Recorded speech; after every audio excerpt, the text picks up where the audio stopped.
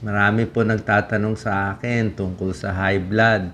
Bilang isang internist, cardiologist, tinatanong nila ako, pwede ko na ba tigil yung gamot ko? Pwede ko na ba lipat yung losartan? Gagawin kong amlodipine? Pwede ko ba itaas yung dosis o ibaba yung dosis? Okay, syempre, ang tips natin sa inyo, sasabihin ko, mas maganda dapat pupunta kayo sa doktor ninyo, siya tumitingin sa inyo, siya mag-a-adjust. Pero for some reason, di kayo makabalik, malayo, o wala kayong pera pambalik, hindi ko alam anong dahilan, magbibigay lang ako muna ng overview tips na baka makatulong sa inyo. Ito po yung blood pressure natin. Yan, di ba? So, itong green, pag nakita nyo, ang normal ito. Maganda itong diagram. 120/80 green. Di ba? O kahit ito, mula 90, 100, 110, over 70/60, pwede pa rin yan. Normal pa rin yan, green. Ito ang low blood. Ito, low blood. 90/60 o mas mababa pa, low blood yan. Ibig sabihin, kung kayo may high blood, nabigyan kayo ng gamot, let's say, amlodipine, tapos after 3 months, 4 months, bumaba blood pressure nyo ng 90/60. O, ang common sense dyan, titigil nyo yung gamot. Diba? Hindi nyo na kailangan paalam sa doktor. Basta bumaba ng 90/60 ang blood pressure nyo mula sa mataas na blood pressure, tigil muna. Pero kung ang blood pressure nyo ay 110/70, pwede pa tuloy yung gamot. Diba? Pag blood pressure nyo 100/70, medyo ingat-ingat na, medyo mababa na yon for a high blood sa akin.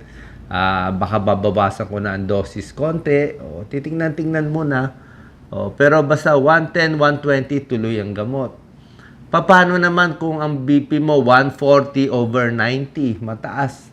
Nakagamot ka, naka-losartan, naka-amlodipine, tuloy lang talaga. Paano naman kung kulay pink o kulay red? 160, 100, 180, 100. Pag ganito kataas, nakainom ka ng gamot, ibig sabihin, kulang na gamot mo. Dadagdagan mo na.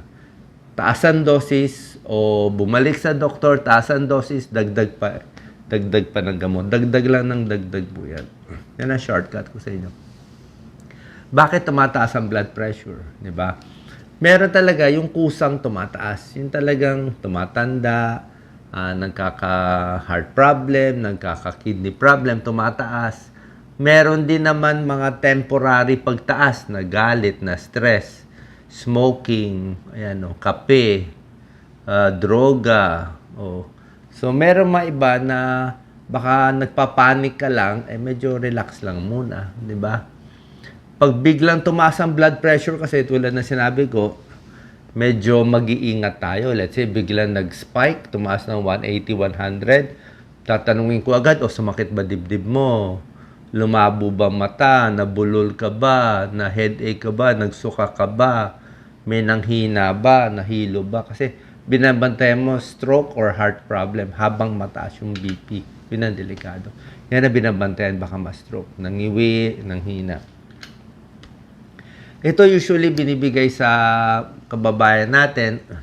Pag amlodipine, isang grupo yan ng, marami yan isang grupo yan ng mga gamot na ang ending ay pin, calcium channel antagonist. Felodipine, nicardipine, nifedipine, amlodipine. Pag sartan, losartan, isang grupo din yan ng gamot na ARB naman ang tawag natin. Yang mga sartan, angiotensin receptor blocker, marami din yan, irbesartan, candesartan, valsartan, telmisartan, lahat yan sartan. Okay? Pare-parehong class. Usually, mas mahina to konti. Mas malakas ito. May kanya-kanyang galing. Meron din favorite ko, mga olol. Hindi sila ulol ha, olol sila. Metoprolol, carvedilol, atenolol, propranolol. Mahina siya pang high blood, pero favorite ko, pampabagal ng heart rate, and pampahina ng tibok konti, pamparelax. Yan. Pero tulad na sinabi ko, delikado low blood. Diba? Nangyayari din minsan minsan na high blood ka, O minsan na uminom ka ng gamot, amlodipine, 10 milligrams. Nung una, okay, na-control. Pero tandaan nyo, ang gamot sa high blood, lalo na amlodipine, patagal ng patagal, patindi ng patindi yung epekto. Maganda kasi amlodipine, 35 hours na sa katawan mo, 1.5 day. So, everyday iniinom mo, palakas yan ng palakas after 1 week, 2 weeks. So, mas controlled ka. Hindi ka talaga ma-stroke dapat. Kaya lang may tao, baka ang high blood nila, na-stress lang sila talaga. Hindi talaga tunay na masikip yung mga ugat nila. So, pag matagal, minsan nalo-low blood sila. Nalo-low blood sila, baka na-over yung dosis. O, pag na 90/60, tigil mo na yung gamot. Lalo na ba ng 80/60, hilo na yan. 80/50, fainting na. O, pwede mag-collapse. So, ginagawa namin, kung nakagamot, higa, taas ang paa. Higa, taas ang paa para yung dugo pumunta sa puso, tumaas. Hanggang tumaas yung BP. Pero, let's say, di ka uminom ng gamot sa high blood, bigla ka na lang na low blood bigla. Ayun, usually heart attack to. Okay? So, ang tips natin, doktor mo lang magbabago ng gamot. Yung sa akin, payo lang. Diba? Let's say, nasa bundok ka, wala kang pera talaga, wala kang mapuntahan, hindi mo matawagan, at least may idea ka. Usually, pasyente, ito kaya nyo na to eh. Katawan nyo to, kaya nyo tansyahin eh. Diba? Oo. Pag matalino, ang matalinong pasyente, mahaba buhay. Ulit, ang matalinong pasyente, mahaba ang buhay. Huwag kumopya sa kapitbahay, bahala siya sa buhay niya. Ah, diba? Iba to, hindi to porke kumain siya ng adobo, pwede rin adobo sa'yo. Minsan, adobo sa kanya, bawal sa'yo. Aspirin sa kanya, maganda. Aspirin sa'yo, allergy, na magamo ka. Lose weight, pinakamaganda pang pababa ng blood pressure, lose weight, low salt, 'di ba? Bawas stress. Yan, 'di ba? Pag nakapayat ka na, pumayat ka na, nag-low salt ka, nag-diet ka talaga, pwedeng mabawasan yung gamot mo. Tulad na sinabi ko, itong mga gamot sa high blood, may ARB, angiotensin receptor blocker, mga sartan, may ACE inhibitor, okay? Favorite ko itong mga ACE inhibitor, A din siya. Mga Pril, Captopril, Enalapril, Perindopril, Lisinopril, beta blocker, LOL, calcium antagonist, mga PIN, diuretic, furosemide, hydrochlorothiazide. Ito po, importante. Tingnan nyo Importante itong slide. Ang mga ACE inhibitors, Pril, angiotensin receptor blockers, sartan, recommended siya dito sa taong ito. Okay? Pag nandito kayo, bagay siya sa'yo. Pag nandito naman kayo, hindi siya bagay sa'yo. O, nahin natin, gawa ko to sa libro ko to. May libro ako, Cardiology Blue Book. Hindi ko na-update So, itong mga sartan at Pril, maganda sa heart failure. Panalo yan. Basta mahina puso, malaki puso, tapos malaki puso na high blood, sartan agad o Pril. Maganda sa diabetes. Maganda rin sa stroke. Maganda rin sa medyo nasisira ang kidneys. Umpisa pa lang nasisira. Yung mga stage 1, stage 2 kidney disease yan, pwede pa sartan at Pril. Pero pag stage 5 kidney failure, dialysis na, hindi na po pwede. Ayan o. So, kita nyo heart failure, diabetes, umpisa pa lang na kidney disease at stroke, maganda tong sartan. Bukod sa control high blood, maganda siya dito. Minsan control diabetes. Ang mga beta blocker, sino dapat? Yung mga may sakit sa puso, yung mga may nervyos. Yan, ang ganda to sa may nervyos, may bagong pag-aaral. Basta itong mga metoprolol, may tulong sa nervyos. Kanino bawal? Sa may hika. Sa athlete, binabawal din. Hindi ba talaga binabawal? Kasi kung mataas na yung beta blocker, mabagal yung tibok, baka hindi sila makatakbo ng malayo. Yun lang. Medyo may tiredness kung mataas ang dose. Calcium antagonist, amlodipine, maganda to sa super high blood. Oo. Pag super high blood, maganda to. May heart problem.